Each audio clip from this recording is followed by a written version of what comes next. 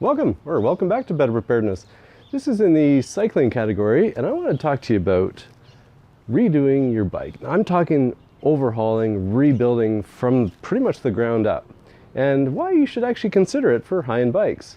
And it's also a matter of preparedness and, well, safety. If you're into better preparedness and preparedness made easy, click that subscribe button and click the little bell icon so you're notified whenever there's a new video released. All right, let's jump in. Now, I've been racing competitively in cycling for, well, 35 years or something like that. Did BMX, rode mountain bike, raced mountain bike quite seriously. And for 1 year had a sponsorship deal with a team that was sponsored by Kona. Now, we used to ride the Hei Hei, which was the sort of flagship model.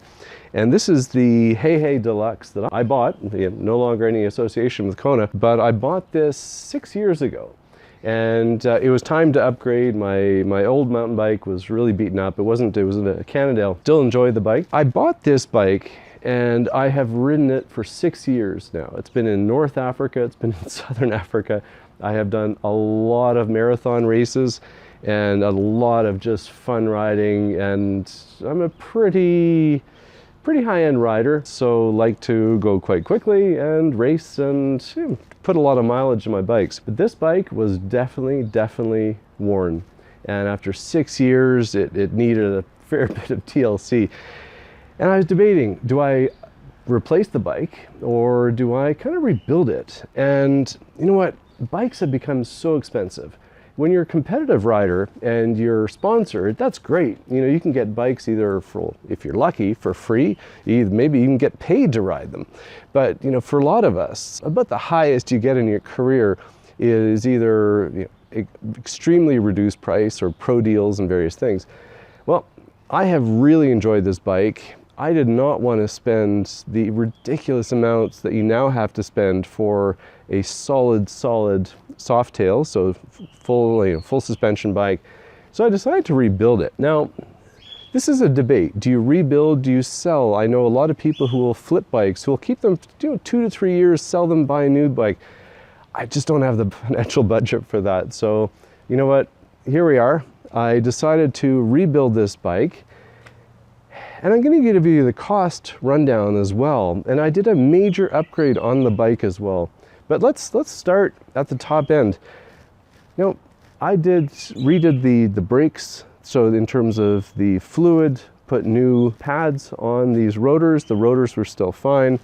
I had them redo the tires in terms of cleaning out the gunk. These are tubeless tires that I set up, and clean it out, put new fluid in.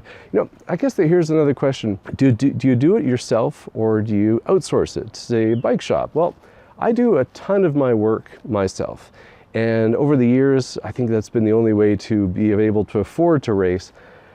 The thing is, bike shops and really good bike mechanics, they have a certain touch that even someone who's been racing for 35 years, and I can just about rebuild a bike, but there's a lot of technical systems on a mountain bike, especially with hydraulic disc brakes, the suspension components and various things. You know what? Sometimes it's just worth paying somebody, and I think if you have them completely rebuild the bike, they're not just doing little components here. They can actually just strip it and work on the bike and rebuild it the way they like to do it. And I think that's actually fairly financially affordable. Now, there's a lot of pivot points on the rear suspension. I had them redo that. They sent away the Fox rear suspension to be rebuilt. Also had them rebuild the RockShox Reba. Really like this fork, really like this rear suspension. It's been really good. And I even had them rebuild the dropper post. If you wonder what a dropper post is, this is an X-Fusion one.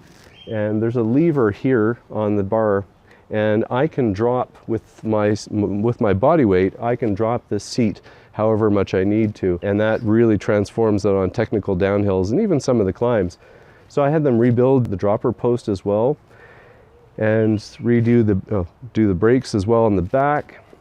I had them redo the wheels and put some new nipples on. The spoke nipple is here. Now the big upgrade I did, the drivetrain was really worn. I'd replaced the chain quite a few times, but realistically, even if I was going to try and sell the bike, I was going to need to replace quite a few things, like the chain, the pulley wheels, the cassette, and the rings. And I decided to do something. This bike was in a phase, like it was built during a phase where, you know, the mountain bike industry had gone from what used to be what's called a 3x chain ring. So you used to have three. Oh, if you've been around mountain biking long enough, you'll recall that there used to be 3 chain rings on the front, and that was the standard for 30 odd years. But then they moved to what was called a 2x, which was actually just 2 rings here. And you still had a fairly standard cassette at the back. But what I found with the 2x is that I was always kind of switching between the 2 rings. I was just constantly in the middle. I actually kind of missed the middle ring of the 3x system. So when I used to have 3 rings, I would spend a lot of my time in that middle ring when I was mountain biking. Well, you know what I decided to do, since I was going to have to replace so many of those components to just refresh the drivetrain. I actually had them upgrade, and we redid the bottom bracket, but then also put on a 1x system. Now that was a bit of a big deal, because you have to change a lot of stuff if you upgrade to a 1x. Now you had to replace the crank. You had to find a ring that was the size that you wanted, because now with a 1x you only have 1 ring. The big difference is that in the gear range is that you have this ginormous cassette here at the back, and that spans the entire range of kind of what your general needs are for mountain biking. But I also had to replace the rear derailleur, and gone actually is the front shifter, because there's no more derailleur up here. That could be positive, and in terms of less mechanical things to go wrong. But that was a big deal. But that was about half of the cost of the initiative. So you might be asking yourself, well, how much did this cost? If you look at the bike itself, was about $4,000 6 years ago. And the upgrade, all of this work, was valued at about a quarter of the value of this bike. But half of that was this completely new drivetrain.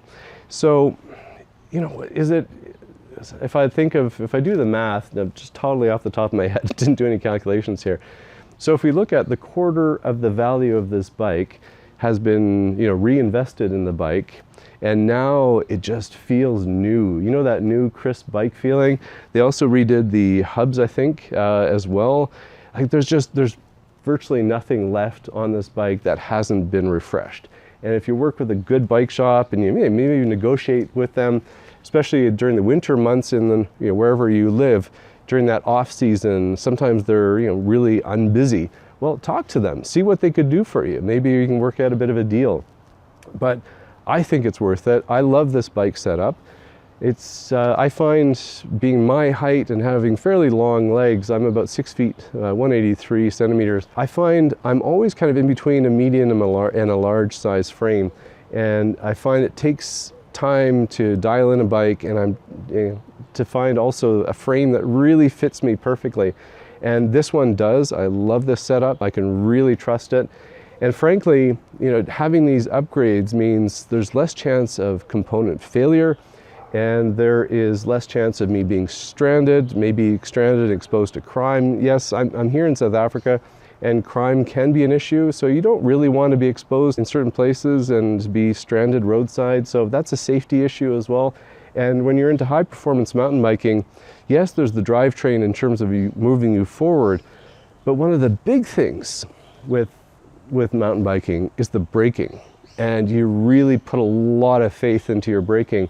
And so, you're doing some late braking, some really technical braking, and having the brake system work, much better again, much more reliable, less prone to failure.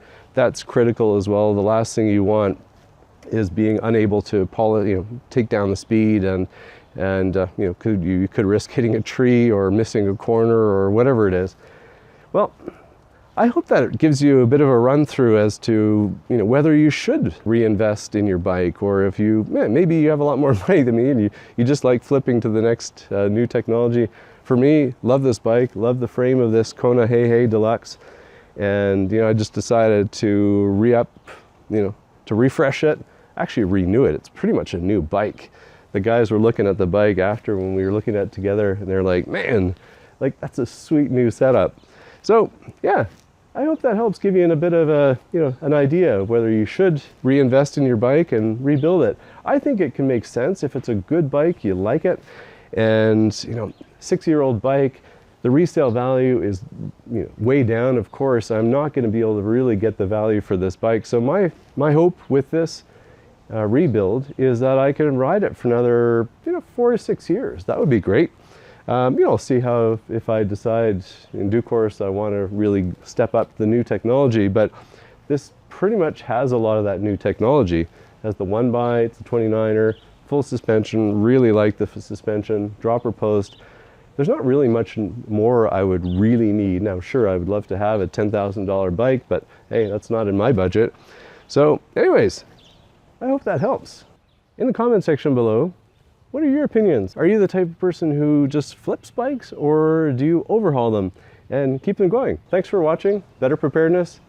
Click that like and subscribe button, and watch another video while you're at it. Take care. Bye.